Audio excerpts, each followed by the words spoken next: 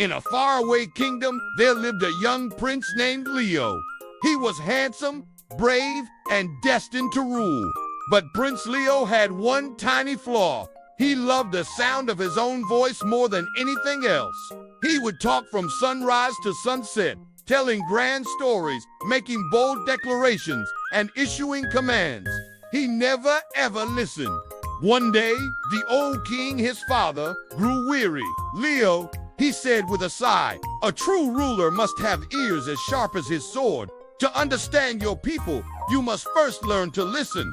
I am sending you on a quest to find a whispering willow, a magical tree that holds the kingdom's greatest secrets. You may not speak a single word until you return." Leo was furious. A silent quest. It was preposterous. But a king's command was absolute. So, with his lips sealed shut, he packed his bag, mounted his horse, and rode out of the castle gates, grumbling to himself. His journey first took him through a bustling marketplace. Usually, he would ride through, announcing his presence. But now, silent, he dismounted and walked. He overheard a baker worrying about the rising price of flour, and a weaver complaining that the river was too polluted to dye her fabrics properly. These were problems he had never even known existed. Next, he ventured into the deep woods. He sat by a stream, frustrated and bored. Suddenly, he heard a faint rustling in the bushes. A small fox, with its paw caught in a hunter's trap, whimpered softly. Because he was quiet, Leo heard its cries. He carefully approached and freed the frightened animal. The fox looked at him with grateful eyes before darting away. Days turned into weeks.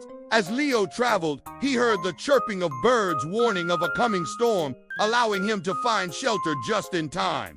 He heard the quiet sob of a lost child in a village and was able to reunite her with her mother. He heard the creak of a carriage wheel about to break and warned the driver, preventing a terrible accident. Every sound, every whisper, every conversation he overheard taught him something new about his kingdom and its people. He was no longer just a prince passing through. He was a part of the world, connected by the simple act of listening. Finally, he reached a sun-dappled clearing. In the center stood a magnificent willow tree, its long branches swaying and rustling in the breeze, creating a soft, whispering melody. Leo sat beneath it, and as he listened, he didn't hear grand secrets or magical pronouncements. Instead, he heard the echoes of everything he had experienced on his journey. The baker's worry, the fox's whimper, the child's cry, the rhythm of the rain. The tree wasn't holding the kingdom's secrets. It was teaching him how to find them himself. When Prince Leo returned to the castle, he was a changed man. He walked into the throne room, and instead of boasting about his adventure, he bowed to his father and said, "Father, I am ready to listen."